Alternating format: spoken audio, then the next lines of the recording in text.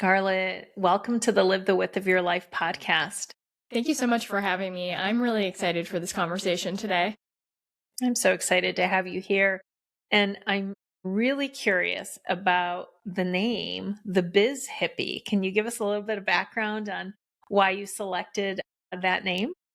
Yeah, absolutely. So the Biz Hippie is the most accurate definition of my own personal journey and my own experience. And it's also this blending of these two aspects of myself that I think multiple people struggle to bring together in their own life as well. So growing up, I was the type A high achiever perfectionist. I was the straight A student, but I was also the 8-year-old with migraine headaches. And so this bled into my young adulthood where I was managing restaurants by the time I was 18 years old, making more money than my friends. I was saving. I had 30,000 in savings by the time I was 20. I was getting my bachelor's in business management, accounting, and finance, maintaining my 3.9 GPA, had no student loans, no credit card debt. And on paper, I was really crushing it.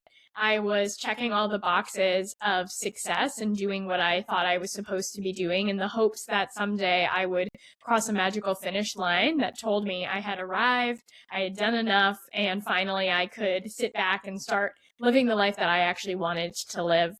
But then one day I realized that life was already happening to me, that I was burnt out, I was exhausted, I was depressed, I was in some toxic environments and toxic relationships. I was covered in head to toe eczema and had migraines weekly just because of the discomfort of living in this life. So I realized it was up to me to start living the life that I wanted to live and that I had to start now because life was passing me by. So that's when I began my own personal growth and discovery journey and started tapping into who am I? What's important to me? What kind of life do I actually want to live if I peel away these layers of money and success that I have been chasing? And that's when I took a full 180 and went from biz mode to full on hippie mode and just started saying yes to every opportunity that lit me up. I began my business. I started traveling, attending retreats. I became a yoga instructor, life coach, Reiki practitioner.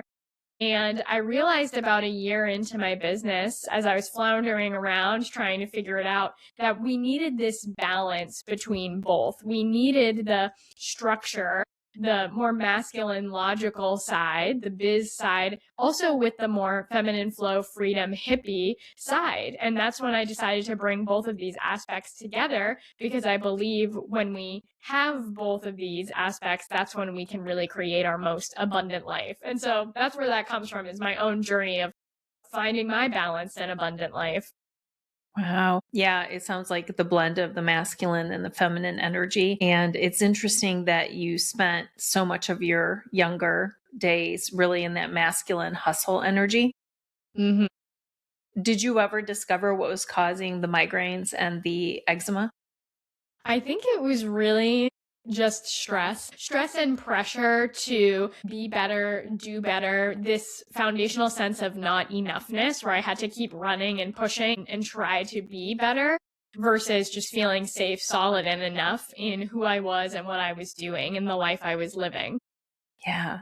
And when you were asking yourself these questions, when you were going through the reflection, were you working with a coach or were you doing this work on your own? I hadn't started working with a coach at the beginning.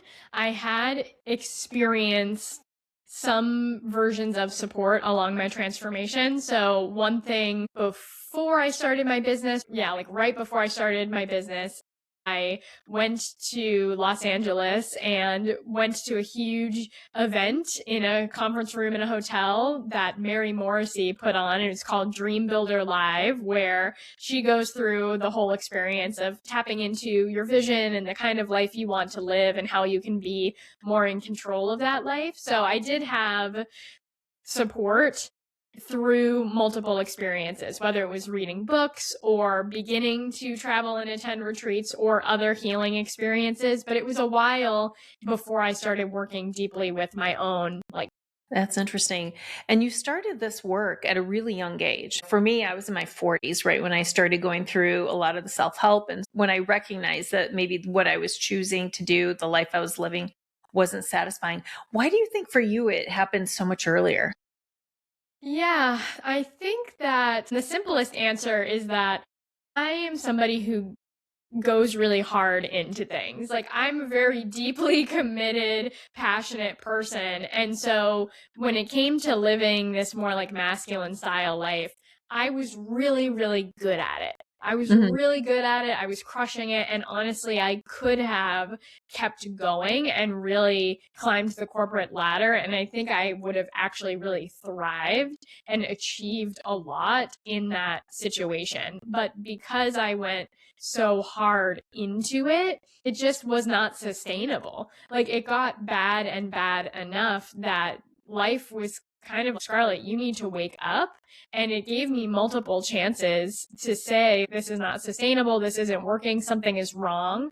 But I still couldn't even see it. I still couldn't realize it until it just got really bad. And I woke up and I realized, oh, wow, I created this. And I felt like it was out of my control and I was being really passive when it came to my life. But I cannot continue to live this way now that I have seen that I created this. And I can also see that this was a choice and it's not the only choice. It doesn't have to be this way. So I think I just went down the downward spiral pretty hard and pretty fast, where I smacked the ground and was like, oh, I need to wake up. And that luckily happened early on in my life. And I'm grateful that you are because you're doing the work that is so important. So tell us a little bit more about the work that you do with coaches and especially around money management strategies, which is so critical. How did you decide on that niche and what have you found from a coaching perspective? Yeah. So what I do now is I am a money and abundance coach. And so I really help people transform their relationship with money from the inside out. And when I first started my business in 2020, I was not trying to be a money coach. If anything, I was actively running away from being a money coach because it felt like the obvious choice for me to do based off of my background in accounting and finance and corporate finance. But also I worked for a company called Richer Than You Think, which helps individuals budget and manage their money. So I also had personal finance information. But what I really cared about was personal growth and personal development because that had played such a huge role in my journey. But then it was about a year into my business that I was having a conversation with a friend who was really stressed about money. She had a solid 9 to 5 job, but was also growing her coaching business. And she felt like she was living paycheck to paycheck. And she said, I never have enough. How could I ever go full time in my business when it feels like I can't even support myself financially with my 9 to 5? And that's when I realized people really need this work to transform their relationship with money, but also learn how to be in control of their money, especially people who want to step off the beaten path, who want to live against the grain, who want to do things differently and start their own business and take this work that they're really passionate about and their service and share it with others, but they also want to support themselves financially. Like, money was the root of my demise. Basically, I was chasing money and success my whole entire life, and it was the thing that led to my burnout and led to the life that I was living. And so that's when I really discovered money is such a deep form of personal growth and healing. I think it's like boss level personal growth because you can heal in so many areas of your life, but still have money be the one thing holding you back, especially when you're then trying to build a business and do work that you love and support yourself in that work. So that's when I realized that me supporting people on their relationship with money is one of the biggest, most impactful ways that I can serve and support people, because money impacts all of us and often is the thing that holds us back from really living lives that we love. Yeah, it's so crazy because so many people have money stories, have money issues. It's just one of those things. How did you discover that you were good at helping people, not just with maybe managing the finances, which is one thing, but also developing this abundance mindset? Yeah, well, I personally am a really big fan of doing deep inner healing work. Again, I'm a pretty, I guess, like intense go-getter person. I love to go deep. I'm like, bring it on. So a lot of the work that I do with my clients is, yes, learning to manage your money and track your money and be in control of it, but doing money mindset work that lasts is very deep because your relationship with money ties into your foundations of survival and safety. It also ties into your deep sense of self-worth, worthiness, and enoughness. So your own personal identity is deeply tied to money. And so when I work with my clients, I love to go deep into what is your money story? How is that impacting you? Where does it come from? How are these seeds of scarcity and these scarce-based beliefs showing up in your day to day? Yes, in your money, but yes, also in your life. And how can we deeply dig out these seeds, unwind these old stories that no longer serve you so that we can start to build the foundations of true abundance. So I'm very passionate about it because I think it's really, really deep personal growth and development. And I love to go deep because that's what really makes it last. It's so interesting. I just wonder how many businesses, like if things would have been different if they did the money and abundance work first. Like, do you think that that should predate people starting their businesses, or that should they be doing that work at the same time as they're starting their business? What have you found? Yeah. Yeah.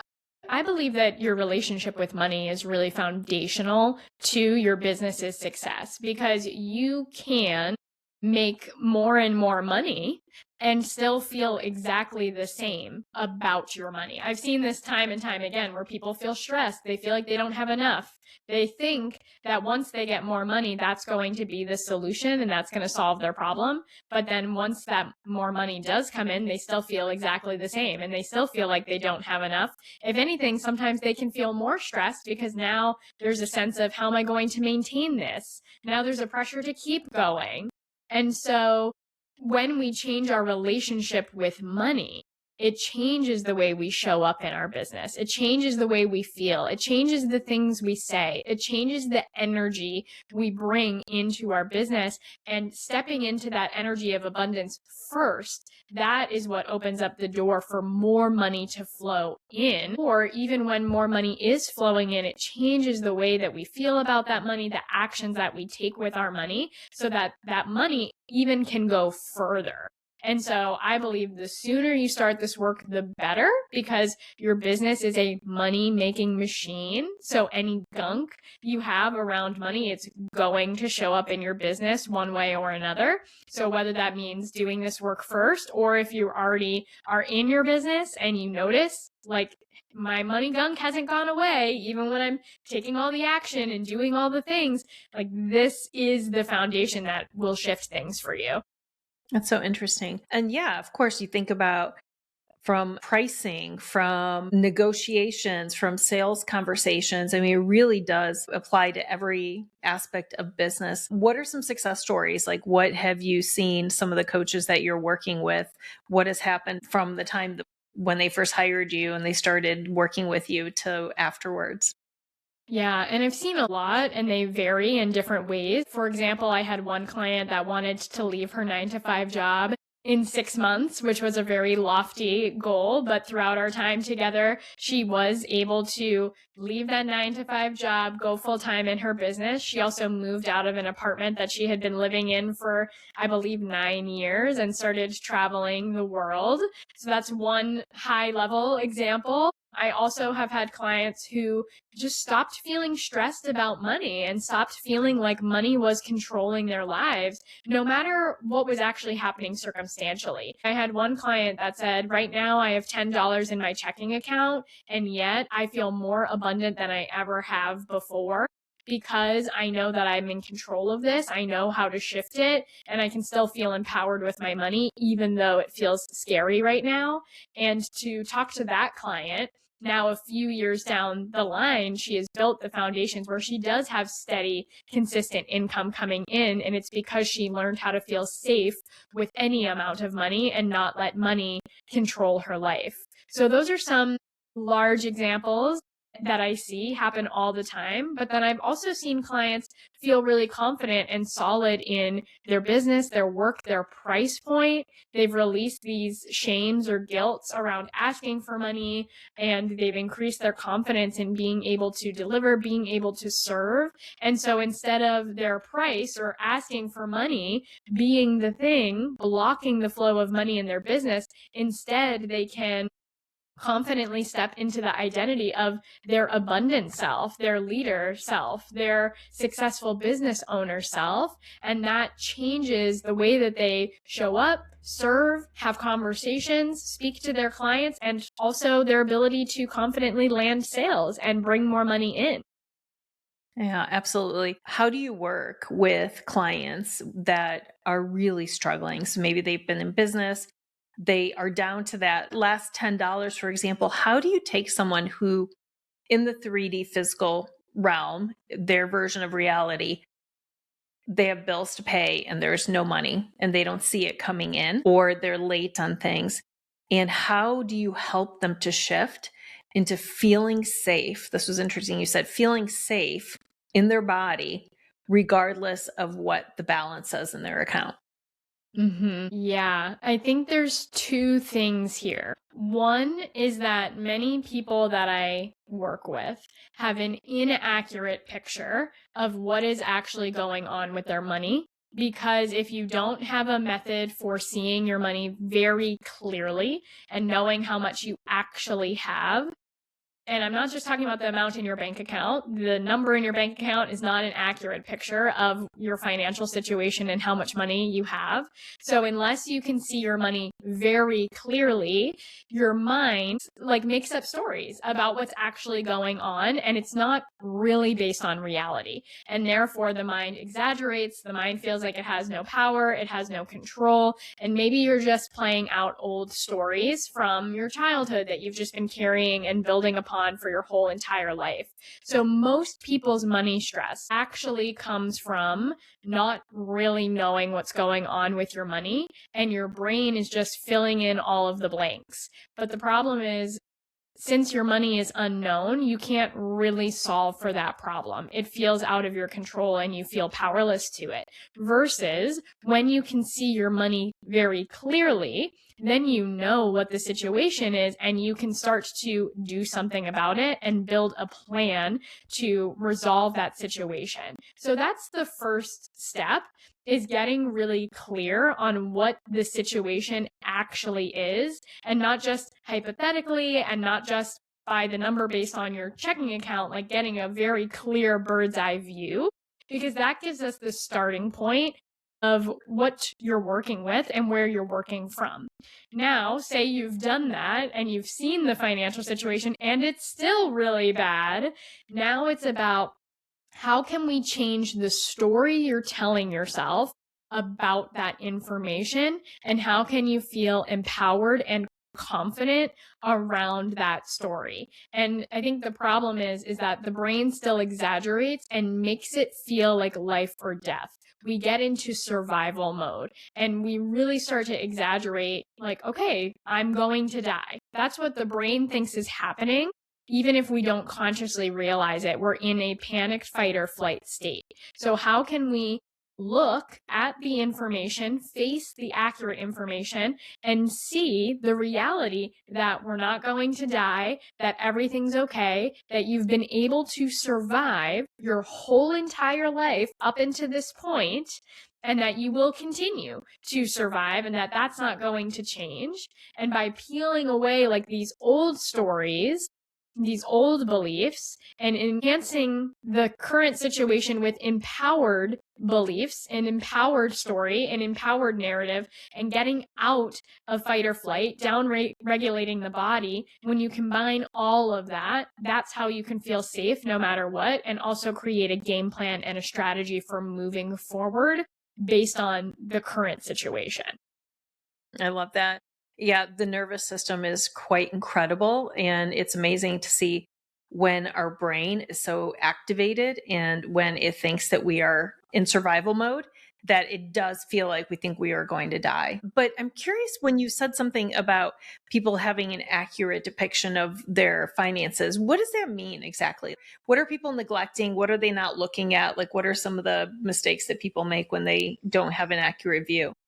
Yeah, I think depending on where you are in your money journey, this could look different. So some of the clients that I work with have a lot of resistance and fear to looking at their money at all. So it's like, I'm afraid to check my bank account, and sometimes I do it, but it's really scary. But often I avoid looking at my bank account and seeing the actual numbers in there. So that's like the first version of not having an accurate picture of reality, is not even being able to check your bank account regularly.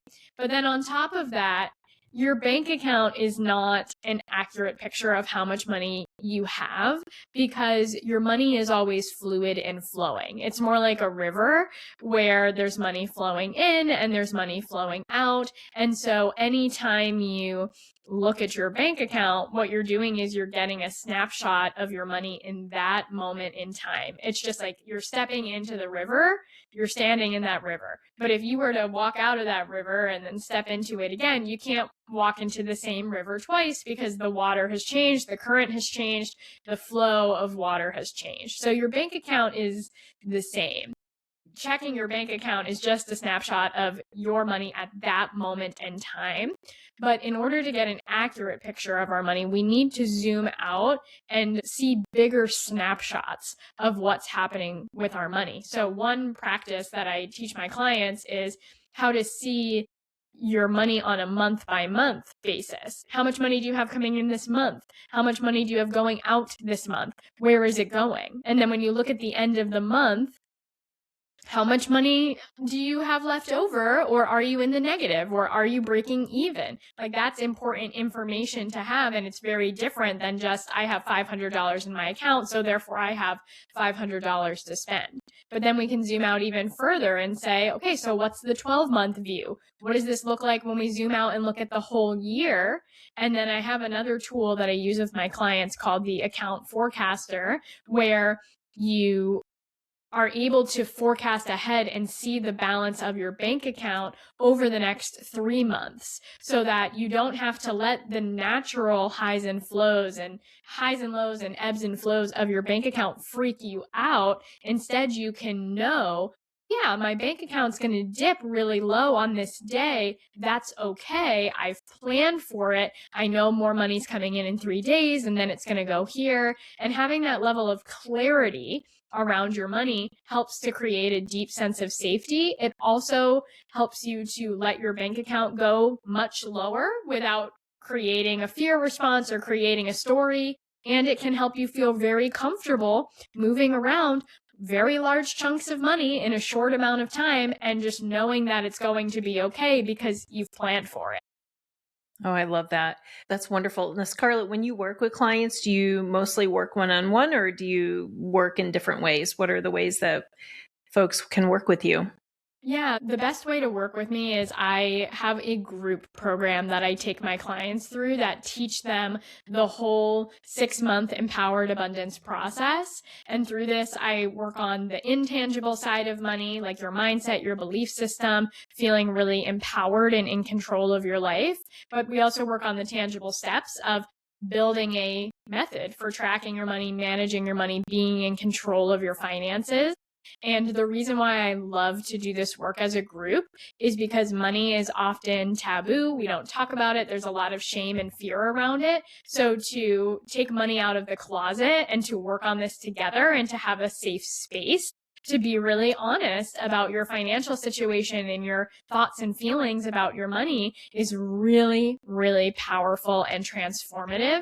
It also gets you out of your own perspective, because often we only know our own financial situation, when really there are so many different financial situations that different people are dealing with. And even if they have different amounts of money, they can still be dealing with the same problems or have the same stories. So that's really powerful to just get a bigger picture of what your relationship with money can look like and what other people are dealing with their money. That's awesome. And if someone's listening and maybe they've been in business for a while and they've had great years and they've been successful and suddenly things start to dry up and they're like, I don't understand. I'm doing all the right things. What would you do with someone like that? How would you help them out? Yeah, that's a really great question. And with everything, I think that we have to honor both the internal work and the tangible work. So the tangible is, has anything shifted in what you are physically doing, like the way you're running your business, the way you're outputting? And we can just get very analytical there and say, yeah, what's going on? What has shifted? What has changed? And we could also look at, okay, maybe you need to do things differently, because even if you haven't changed, the world around us is constantly changing and evolving. So how can we strategize to make different choices? So that's one piece. But I think the internal piece also has to happen as well. And one is, often when we have lows in our life, we also pile on a bunch of story, like shame or guilt, or why isn't it working, or what am I doing wrong, or oh, I'm afraid that I'm never going to get it back. And this creates an energetic leak. And so I would make sure and like really check in on, yeah, if this is happening to you, what are you making it mean about you? Similar to when we have not a lot of money in our bank account, like what are you making it mean about you, and what are you piling on to that situation that's going to hold back the momentum of you being able to get it back? And then also I would look at, what is the potential money block, the potential scarcity seed or story or thing going on inside that is creating this shift, that is creating this change? Because entrepreneurship is just a pressure cooker for personal growth and development.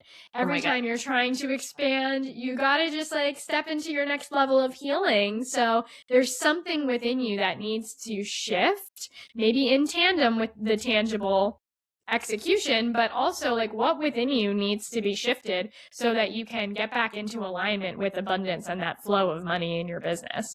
Oh my God. Entrepreneurship is like, it's a huge mirror. You just see so much about yourself and things that still need to get healed, things you thought you already worked on. And speaking of healing, I know that you also, because of your own experience, you talk about money and how that it can be a physical manifestation of illness or disease. So what have you seen there, and how does sometimes our money troubles manifest physically? Yeah, I mean, I believe money affects all areas of our life. Money will be the reason why we don't do X, Y, and Z, why we don't get married, why we don't have kids, why we don't have travel, or why we don't get to travel. But it especially shows up physically in multiple ways. One is just, if money is the chronic stressor under the surface, there all the time, having the sense of chronic stress is exhausting for the body. It keeps us in this low grade fight or flight state all the time. And when we are in this state of stress and fight or flight, the body cannot recover.